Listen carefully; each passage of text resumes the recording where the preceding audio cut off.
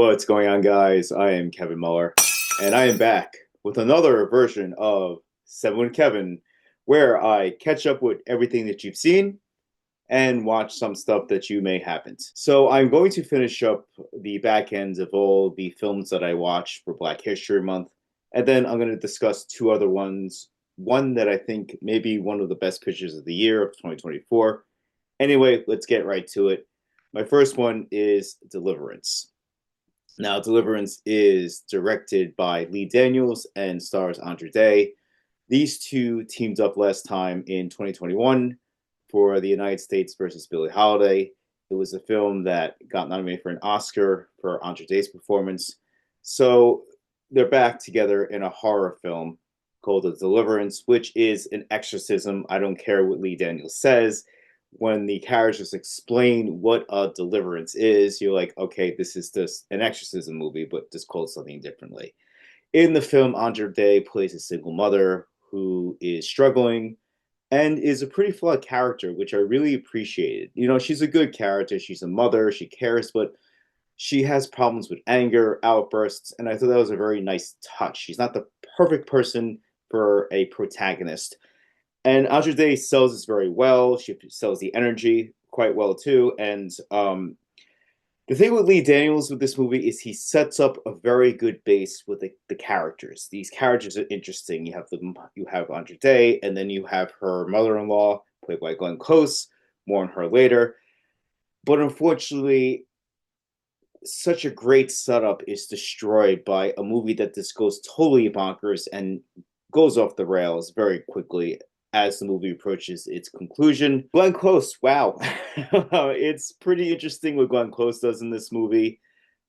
She is basically playing a white woman who grew up in the South. And by the way she's acting, you get the feeling she was surrounded by black people. And that performance is very ballsy. It was fun to watch. If you want to go to YouTube and type in Glenn Close, The Deliverance ending, you're going to see something very crazy. That's the level of the performance here. She does stuff like this. She'll do really great stuff with the wife, but then she'll throw curveballs with the hillbilly elegy and this film. Again, you know, it kind of loses steam at the end, and what a great premise kind of just collapses in the insanity. And I'm going to give this one 2 out of 5 Andra Day hair pieces. My next film is by a director who is Niall's favorite director in the world, Mr. Tyler Perry. And in his film, The Six Triple-Eight, we have Tyler Perry's take on the war. The 688 was a squadron in World War II that was responsible for the mail. Yes, the mail.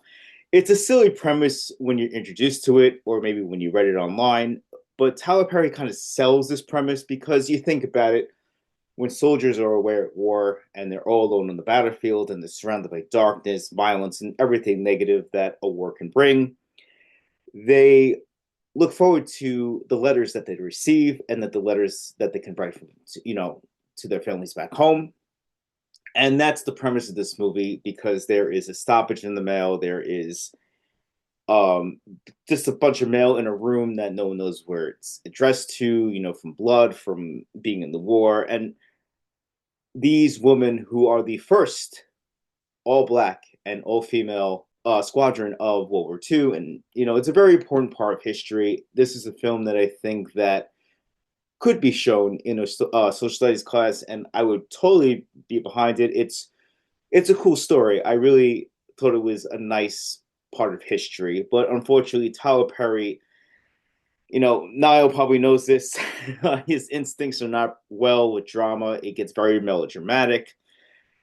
We have a nice performance by Kerry Washington, and we have Ebony Obsidian, who plays the lead in this film. They're doing very good work with a very lackluster script, but again, this is a very important part of history, and if you're a history buff, I think you should definitely check this one out. I'm going to give this one 3 out of 5 Kerry Washington hair pieces. Okay, in my last video, I talked about a movie that I was going to talk about in this video. starring a actor who has had a very fast and furious career. I am talking about Tyrese, and I am talking about the film 1992.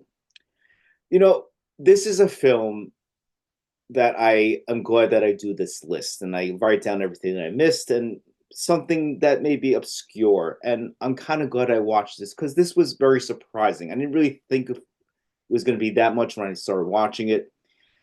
But here, the story is about the 1992 riots in result of the Rodney King verdict. And we have a heist that is basically formed by the late and great Ray Liotta, Scott Eastwood, and a few others. Where are they stealing? So they plan to steal platinum, and who works at that platinum factory is Tyrese. And Tyrese used to be a thug on the street, but he cleaned up his act. He still has that gritty, rough and toughness that someone on the street would have, but now he has a son, and he does not want his son involved in his past life. And the riots here are presented very well. You see um the social outcomes of the riots and how it affected the city, the people, the youth.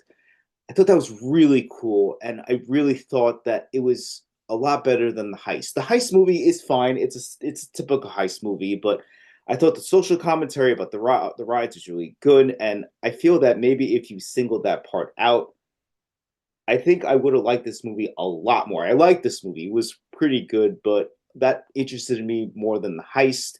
Tyrese, we're used to seeing him in Fast and Furious, kind of playing the comic relief, who's kind of stupid, at the butt of jokes.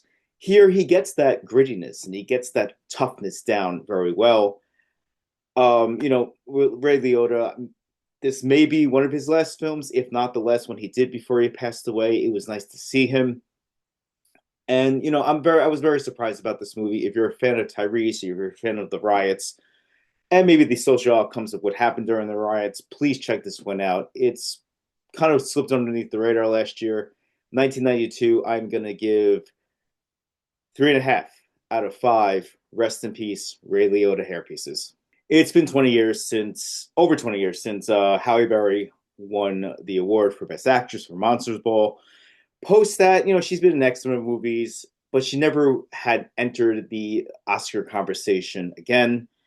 Which is a shame because I think she's a pretty decent actress and she brings her skill as an actress to this movie called Never Let Go, which is about a mother who lives in the wilderness in a log cabin with her two young boys.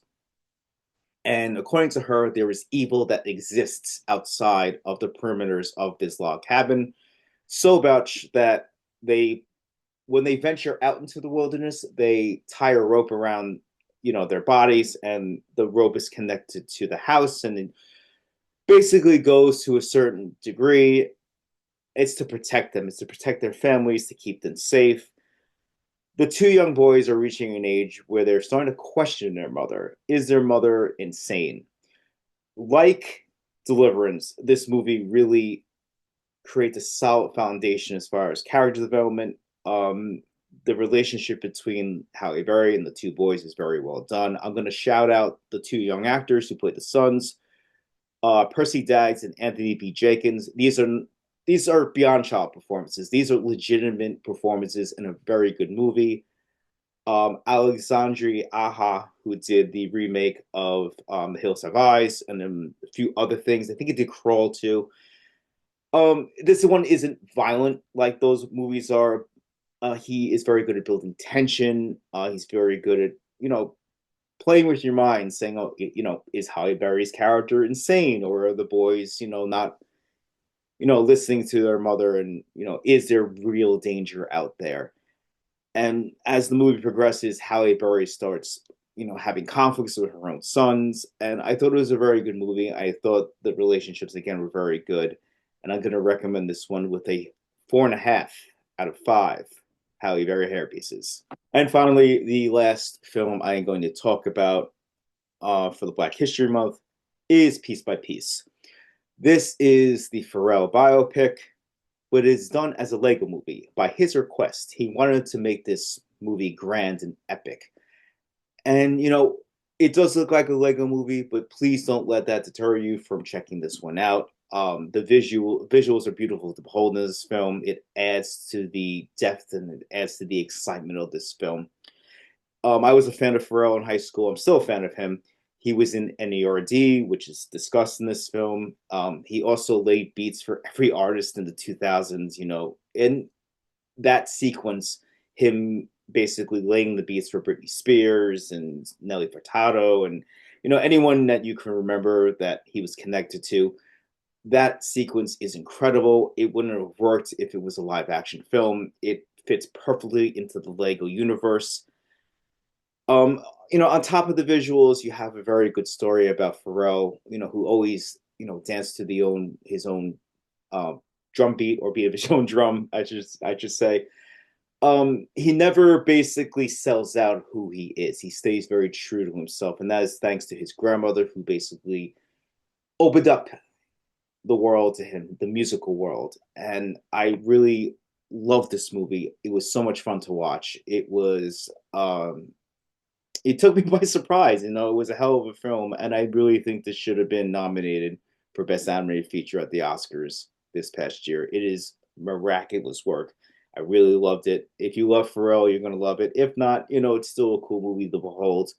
Watch this on a big screen with a really good sound system. I recommend it, and I'm going to give this one 4.5 out of 5 Pharrell hair pieces.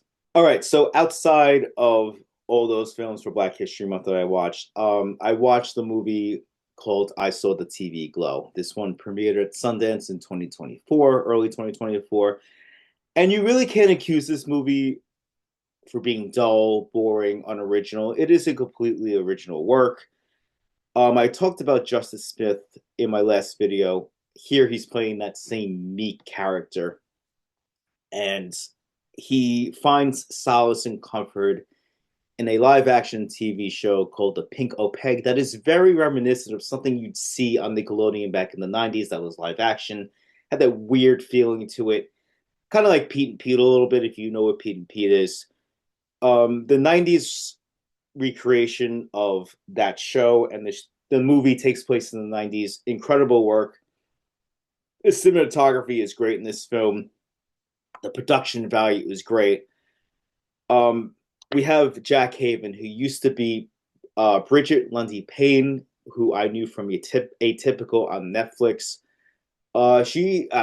He is very good in here. He's Jack Haven now.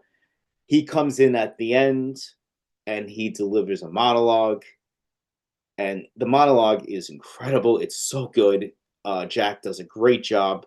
I'm looking forward to what he does in the future under his new body, alias, whatever you want to say. The film is anything but straightforward. I believe you will benefit from it with multiple viewings.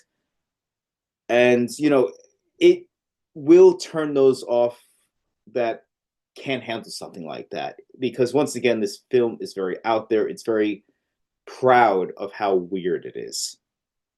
This is not something you can passively watch.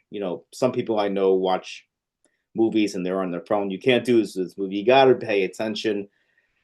It can be a little weird at times, and in my opinion, it can go over the top with the weirdness. And for me, it just kind of threw it off a little bit. But I do admire that this is something original. It's not something that'd be like, oh yeah, I've seen a movie like this before. No, you've never seen a movie like this before.